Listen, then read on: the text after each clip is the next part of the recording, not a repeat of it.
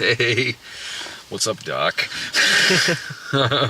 It's cold out. It's damn cold out. We've been in here for like 15 minutes waiting for the car to heat up. The thing is, every time we're like, fuck, it's cold. God, it's with the wind chill today, it's like 1 degree in Springfield. But we say it's cold, and then like the third comments could be like, motherfucker, I live in Wisconsin. Yeah, it's fucking cold as shit out here, but it's not as cold as it was when I was in Chicago a few weeks ago. So we went to go see the A Monster Calls. Yes, we did. We have different opinions on it. Pretty much. I mean, sort of. Man, do you want to go first? Sure. I thought it was actually an incredible movie. It's a fucking stone cold bummer. I joked on the way out, I'm like, that's like the third Grief movie I've seen in a row. No, it's a stone cold bummer. But I think it was beautifully told. I thought it was really well acted. I thought it's got a couple animation bits in it that I thought were breathtaking. Those were great. And like for a movie that centers on a child actor that are generally speaking unreliable as shit. Like this kid was honestly great. Like especially like he was, and on the scale of child actors, I mean he was dealing with some pretty heavy shit for a child actor. But I thought he did a great job. I will admit, like, I have no familiarity with the source material. Neither do I. At all. And I know it's a book of some kind. And I'm sure there are people that are watching this that are fans of it or grew up with it or whatever. I have no idea. I spent half the movie sitting there thinking, besides it being a great movie and being honestly enthralled, but I kept having moments I was like, so this kid's mom has cancer, she's gonna die, and then he and his tree friend are gonna go to fucking space and find a talking raccoon. Yeah, I was thinking that a lot in the movie too. just I want one like thing at the end of credits. I just want him to go, I am Groot. Well, given that the monster, they gave him an ass in this movie, I was waiting for him to shit Lincoln Logs at some point. Come on, movie. Be 5 years old for just a second. They did give him an ass, but it's one of those things, like, I understand, like, the animator's urge to do that, because when you're building musculature for something, like, those ass muscles are pretty dependent on how you walk. So when you're trying to make a human figure and you're adding musculature of any kind, it's hard to not do that. Sure. But it was like, but just he's got an ass. Just give him a dick while you're at it. I mean, he might. There were a lot of vines hanging off of him. There really was. This is a movie that I can't say I was a huge fan of. And I know I've seen what the reviews are like for it. I haven't read any reviews, but I know the general consensus is fairly positive. I know I'll probably be in a small boat on this one, but that doesn't mean I think that this movie is bad. That doesn't even mean that I don't understand why it's getting good reviews. I get it. It's a good-looking movie. The acting is, for the most part, fine. The animation sequences are... They're like you said. They're breathtaking. They're the highlight of the movie, honestly. They really are. Yeah. But it's a movie that I've seen this kind of movie before many times. Like you have it's a movie about a kid who's going through some shit. His mom is on her deathbed. He's got issues with his grandmother. He's getting bullied at school. So throughout all of this, there's a fantastical creature that's summoned and is helping him out through the whole thing as like this grieving process. I've seen this before, and I think we've all seen it before. No, we have. We have, and I could say that about plenty of movies that I've highly recommended on the site, that I've seen this kind of movie before. But sometimes I don't care, or maybe it's the kind of movie I like a lot, so I'm still invested in it anyway. In this case, I was spending a lot of this movie thinking, like, I'd kind of rather be watching Pan's Labyrinth than this, or Never Ending Story, or hell, even in terms of a kid and a giant beast, even like the Iron Giant or something like that. Like there's a lot of things I would rather be watching than this movie, because this movie really wasn't doing much for me to set itself aside from other movies I've seen that are like it. It was just kind of, yeah, this is one of those types of movies. And it never went beyond that for me. It's not a bad film. Another thing about the movie that I was having a hard time with through the whole thing was the kid was good. The performance is absolutely solid. He's an interesting looking kid in that when he grows up, he'll probably have a solid character actor career behind him. Yeah. He looks like a 10-year-old John Hurt. He really does. Like, you just like a 10-year-old kid with just those fucking cheekbones. It was like, Yeah. Do those hurt? Like, what the fuck, man? Yeah, And I'm wondering if part of that was makeup at all, because I know they were trying to make him look really tired. And Felicity Jones is great in this movie. Yeah. Better in this than in Rogue One. she had more of a character. Yeah, exactly. That's exactly 100% it. Sigourney Weaver was fantastic. That took some getting used to. The British accent. Yeah. Like, I'll admit, the first couple scenes, I was just like, why couldn't they have gotten someone British? I was thinking that too. Look, I'm not an expert here. I don't know if she's doing a good accent. It didn't seem like a bad accent, but you're so used to Sigourney Weaver. Exactly. Like, for your entire life, not doing accents. And so because of that, I don't know if this is the case, but because of that, I don't know if she's cast in this movie because the filmmakers are just huge fans of hers. Do you know what I mean? Yeah. Where it's like you've got a group of filmmakers, like, we want to do a movie. Who do we love? Oh, we love Sigourney Weaver. Let's put her in this, even though it's kind of miscast, honestly. I don't think it was miscast. It took some use. Took me a minute to get used to the accent. But other than that, like, she was age appropriate. Well, okay, she's age appropriate, but if you have to get used to this performance on screen, then it's kind of miscast. But that's the thing too. It's one of those things that's more our perceptions of as people that watch a shit ton of movies with Sigourney Weaver in it. Yeah, but you could be somebody who hasn't seen a shit ton of movies and you know who Sigourney Weaver is. Yeah, but I still think she did a I'm not saying great she job. did bad. I'm not. By the end of the movie, I didn't even think about it. I just No, because there's some heavy shit going on at the end of this movie. and she nails the emotional part. No, she does. She absolutely does. But the fact that you kind of have to get used to that to the point to where it's something that's taking you out of the movie. It didn't. I just had a brief moment of like, huh, like, Yeah. but it didn't take me out of the movie at all. It was just kind of like, I've never seen her do that before. Okay, Sure. that's what it was for me. It could be a lot worse. It could be a whole lot worse. Fucking worse.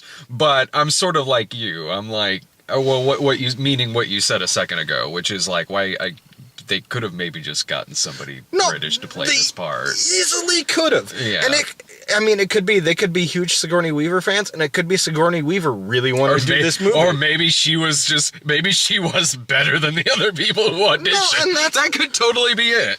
And that's, it's... And this movie, like, yes, you have Liam Neeson doing the voice of the monster, Yeah. but there's no other real star power in the movie.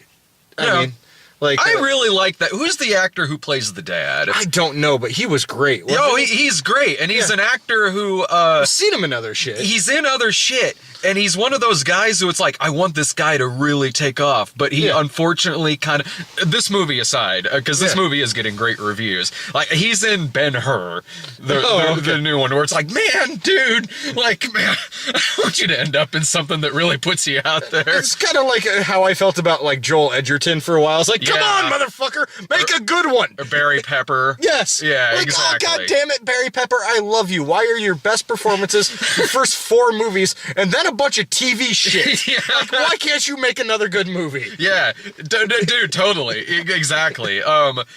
But I mean, maybe this will do something then, because like I don't know how this will do at the box office, but it's getting solid reviews. But another, and he got a weird role. He's definitely like absentee weekend dad, but he's not a bad dude. He's honest. He's doing what he can, given the fact that he lives in another country. Yeah. But my thing about this movie, and it's one thing I was having why this movie wasn't, one of the reasons this movie wasn't really clicking for me that much was the acting in terms of the kid is fine.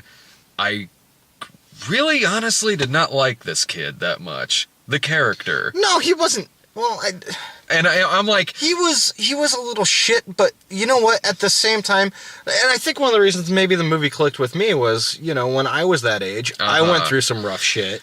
Yeah. And honestly, like, I really wish this movie existed when I was fucking 10 years old. And I would have fucking watched this every goddamn day. Yeah. My mom didn't die. My mom's alive. I just want to clear that up. I just went through some shit. Yeah. And honestly, like, while I was watching this movie and while I was thinking in my head that I'm not really enjoying this, there was never a part of me that was this isn't like Collateral Beauty. Like, there was never a part of me where I was thinking, like, I would never recommend this I would never recommend this to somebody going through grief. In my head, I was thinking, like, maybe if someone is in this kid's position, like, they could probably, they could get much more out of this movie than I could. Which is not the case with Collateral Beauty. Like that was a movie I was like, but also, I saw another movie Manchester by the Sea, which also deals with grief, which I thought was a way goddamn better movie than this. The movies are night and day in terms of other things. Well, and I mean, and I didn't see that with you because I was unavailable that day. It was the holidays, man. Like, and I really want to see that movie.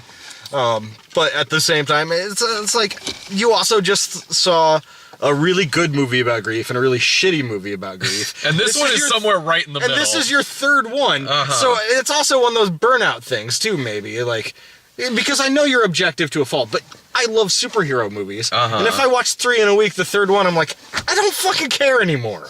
I've seen it. I don't know if I'm objective to a fault. Have you seen my list of favorite movies? When you know what I mean. I do. You know what I mean. I know what you mean. You're objective to your taste. Yeah, exactly. Like, so my thing with this kid, where it was like, I get it, man. I mean, you're getting bullied at school. You are going through some shit. But there was a little too much in the way of, like, temper tantrums, not having respect for anyone, not really caring that much for anyone other than his mom, of course, not caring about anyone else's feelings, really. His almost Veruca Salt-esque temper tantrums in this, it got to be much.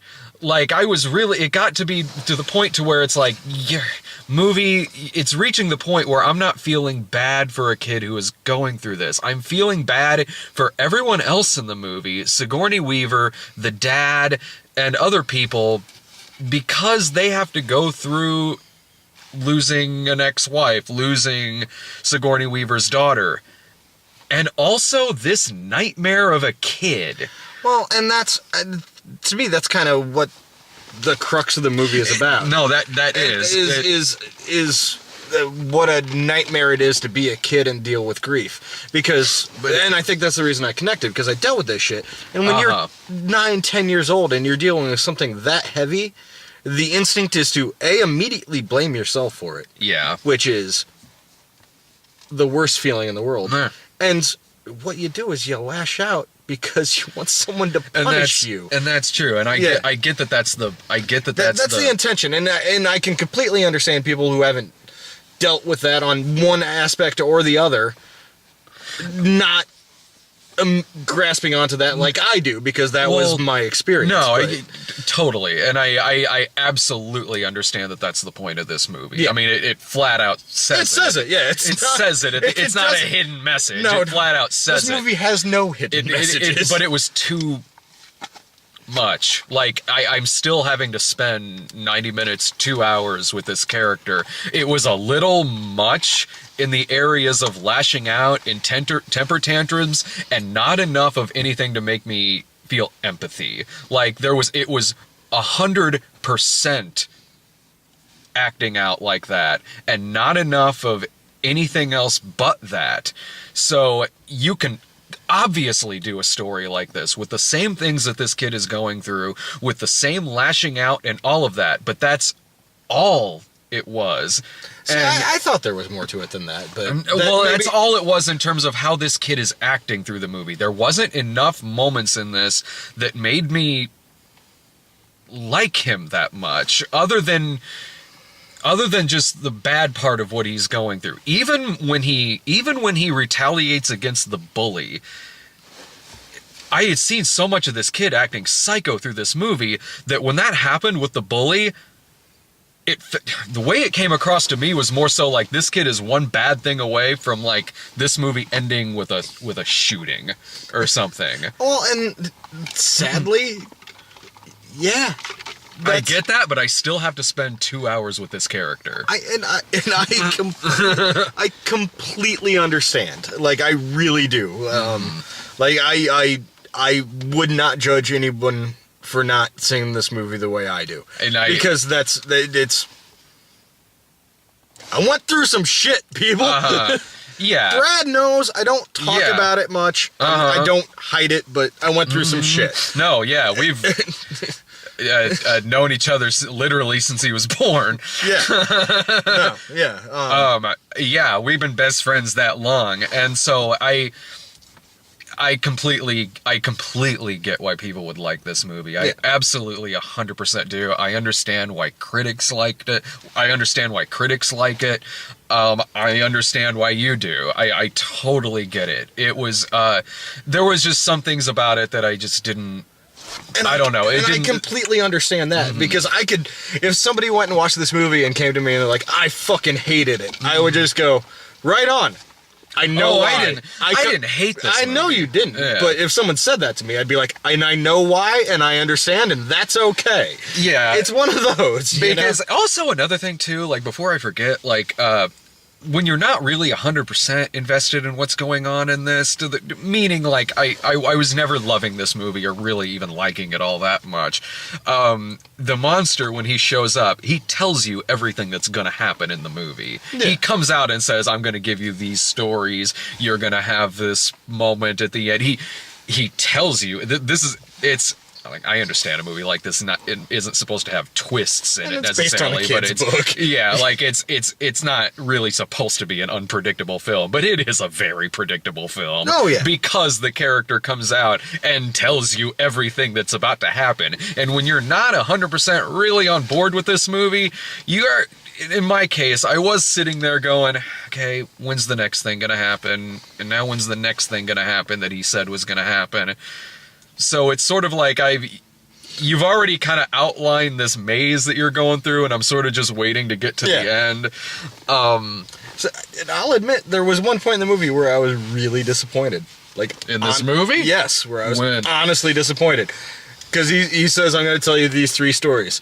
And I didn't expect it, so the first story he's telling him, and that animation starts, and I was just gobsmacked by it. Well, that was great. And then the second one. And then he gets to the third story, and there's no fucking animation, and I was like, God damn it! Dude, seriously, I thought I missed something. Like I did too. I thought, like, because I had to go to the bathroom a couple of times, so I was like, I was only in there for like 10 seconds.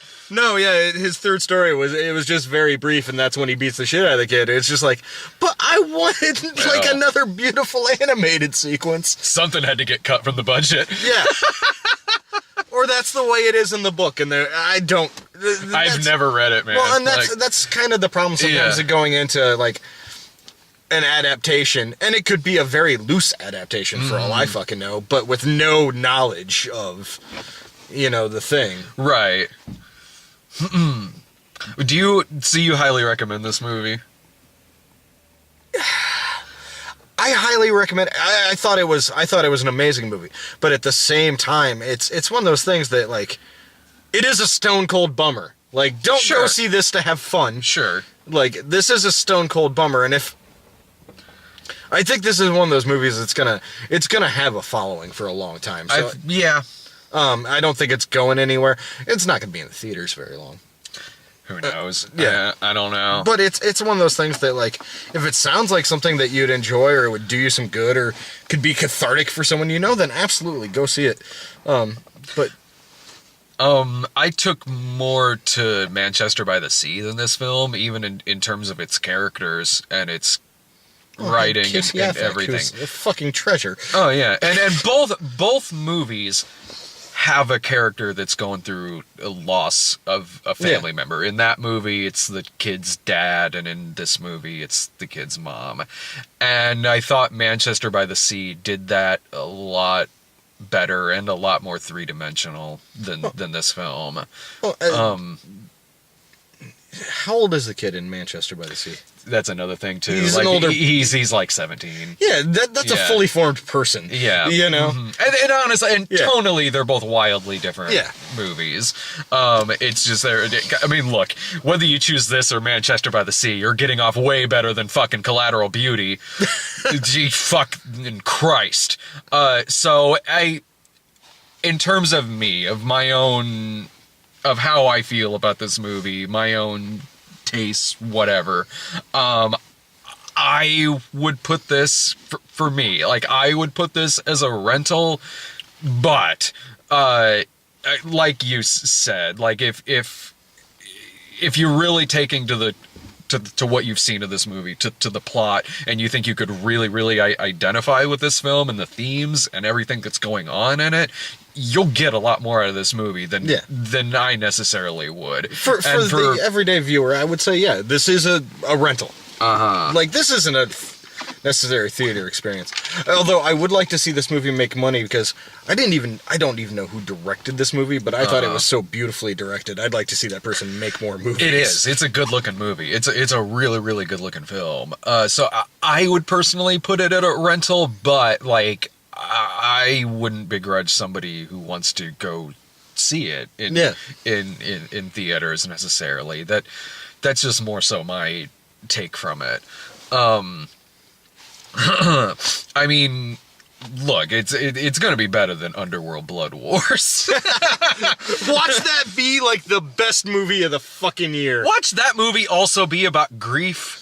She loses her fucking werewolf boyfriend or what the fuck ever. I don't know. I think he was gone after the second movie. He dies. I think he died at the beginning of the fourth one, and it wasn't Scott Speedman. They had to get a stand-in or some shit. I just, like, Sarah and I just moved, and, like, so while I'm packing shit, she was watching movies holding the baby, because that is a full-time fucking position. And she watched Underworld. And I was like, I forgot this movie was really dumb, but kind of fun.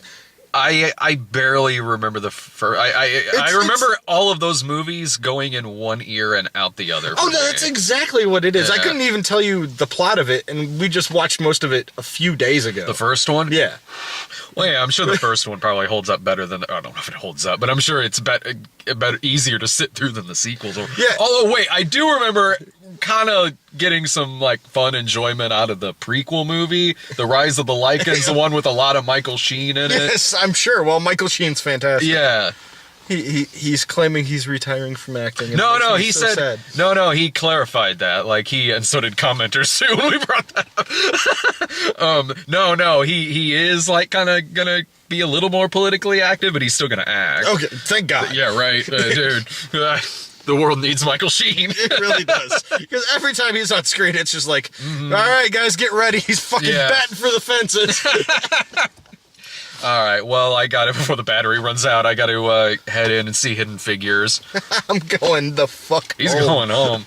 See ya. Bye, guys.